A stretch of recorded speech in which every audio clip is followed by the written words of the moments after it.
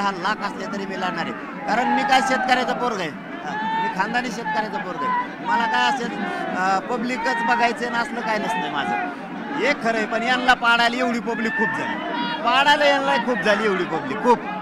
दादा, राज ठाकरेंनी मगाशी तुमच्यावर आरोप केलाय की मनोज जरांगेंच्या आडून शरद पवार आणि उद्धव ठाकरे राजकारण करतायत, काय सांगाल याच्यावर? या असल्या लोकांनी मला शिकूच नाही. माझ्या मराठ्यांना कसं गरिबांना मोठं करायचं हे मला माहिती आहे. फक्त गरिबांना माझी विनंती, यांनी सगळ्या बाजूने मला घेरलंय, विरोधी पक्षांनी, सत्ताधाऱ्यांनी, सगळ्यांनी मला घेरलंय. त्यांनी उघडं पाडायचं ठरवलंय. हे सगळे आरोप करायला लागलेत माझ्यावरती. काही निमित्त सापडले की तेवढीच सान पकडते आणि मराठ्यांना हिणून बोलते. मराठ्यांनी सावध व्हा. माझी तळतळ एवढीच आहे, तुमचे लेकरं मोठे झाले पाहिजेत. पक्षाचे नेते आणि पक्षाच्या नेत्याचे लेकरं मोठं करून मायबाप काही उपयोग नाही. तुम्हाला वेळ निघून गेली ना, पश्चाताप येईल.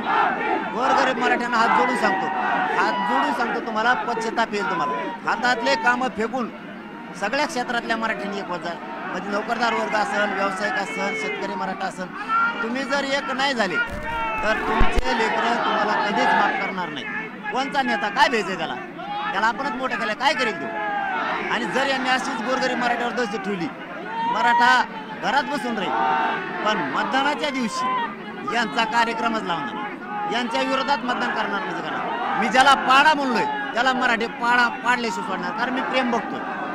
सभेला आले काय, रॅलीला नाही आले काय, याचं मला दुःख नाही आणि काहीच नाही. कारण मी बघतोय कालपासून, आजही बघितलं, गावागावात हजारो लोक उभा आहेत. आपले मीडिया साक्षीला झाला. माझ्यावरचं प्रेम कधीच कमी होऊ शकत नाही मराठा समाजाचं. यांनी दबाव आणलाय. माझं एवढंच म्हणणं आहे, घराच्या बाहेर पडा. नसता तुमच्या डोळ्यात देखता तुमच्या पोराचं आयुष्याचं वाटलं होईल. तुम्ही आयुष्याचं मोठं नेत्याला केलं, पक्षाला केलं. तुम्हाला आयुष्याचं मोठं तुमच्या लेकराला करावं लागणार आहे. तुम्ही जर यांना भेलात तर तुमच्या लेकराचं वाटलं झालं. म्हणजे आपल्या लेकराला आपण हाताने भिकारी बनवतोय. आपल्या लेकराला आपण हाताने आपल्या पैशावाला होऊ देत नाहीयेत, त्याला अधिकारी बनवू देत नाहीयेत. त्याचा अर्थ असा आहे, लेकराला विचारा, मायबाप मराठ्यांना, गरीब मराठ्यांना माझी विनंती आहे, लेकराला एकदा विचारा आरक्षणाची काय किंमत आहे. भेऊ नका. विद्यार्थ्यांनाही माझी विनंती आहे की सगळे घराच्या बाहेर पडत जातात. आपल्याला फिरायला वेळ आहे, फिरायला खूप वेळ आहे. सुट्टीच्या दिवशी फिरायला न जाता रॅलीत सहभागी होत जा. आपल्याला फिरायला जायला खूप वेळ आहे. रॅलीच्या दिवशी त्या वेळेत सगळ्या मराठ्यांनी तुटून पडून घराच्या बाहेर पडा, माझी विनंती आहे सगळ्यांना. हे बघा, मी काय पुन्हा सांगतो, मला काय 10 मराठे असले तरी मी जीवाची बाजी लावलेली, आणि लाख असले तरी मी लढणार. मी हटणार नाही, अजिबात हटणार नाही. मराठ्यांचे शब्द मला यांच्या किती याव देव मी मोजत नाही यांना. फक्त मराठी एक व्हा. दादा, मराठ्यांच्या राजधानीत तुम्ही आता आहात. शेवटचं आव्हान मराठ्यांना काय कराल? याचं कारण म्हणजे तुमच्या विरोधात भाजपचे नेते, महायुतीचे नेते एकवटल्याचं पाहायला मिळतंय. काय आव्हान आहे? हेच मराठ्यांनी समजून घ्यावं.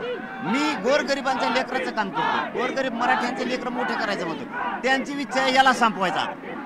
याला संपवल्याशिवाय पर्याय नाही. याला उघडं पाडायचं, याला काही करून उघडा करायचं, याला बदनाम करायचं, पत्रकार परिषदा घ्यायचं, काही करायचं. मराठ्यांना माझी विनंती आहे, तुम्ही बहाणे सांगूच नका. आता आरपारची लढाई, तुम्ही बहाणे सांगू नका. मला वेळ नव्हता, पाऊस आला, अमकं झालं, तमकं झालं. पाऊस काय खात नाही आपल्याला, पावसाने काय मरणार नाहीयेत. आपण शेतकरी, एकदा आपल्या लेकराचं आयुष्याचं कल्याण होतं. तीच संधी सापडली.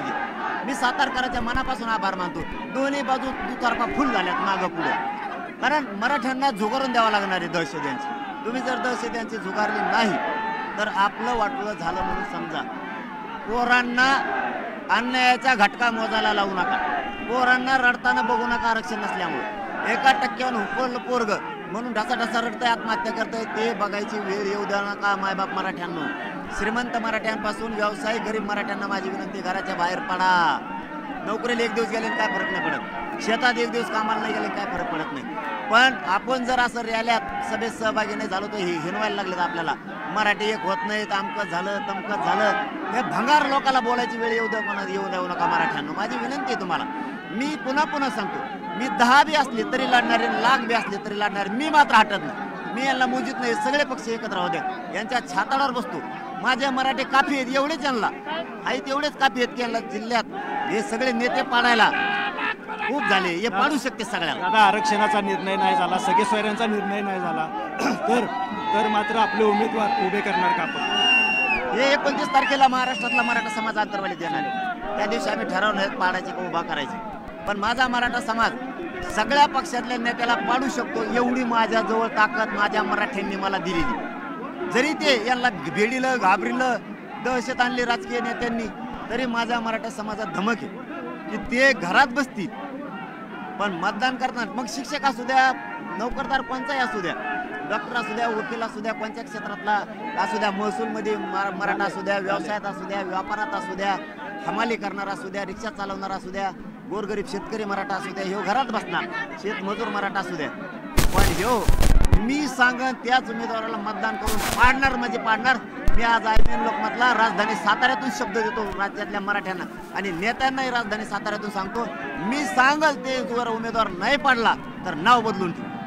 तर हे होते मनोज जरांगे आणि यांनी सांगितलेलं आहे की नेत्यांना पाडणार म्हणजे पाडणार. आणि सगळ्यात महत्त्वाचं मराठा समाजातल्या लोकांनी बाहेर पडलं पाहिजे, रॅलीमध्ये सामील झालं पाहिजे असं आव्हान सुद्धा मनोज जरांगे यांनी साताऱ्यात केलंय.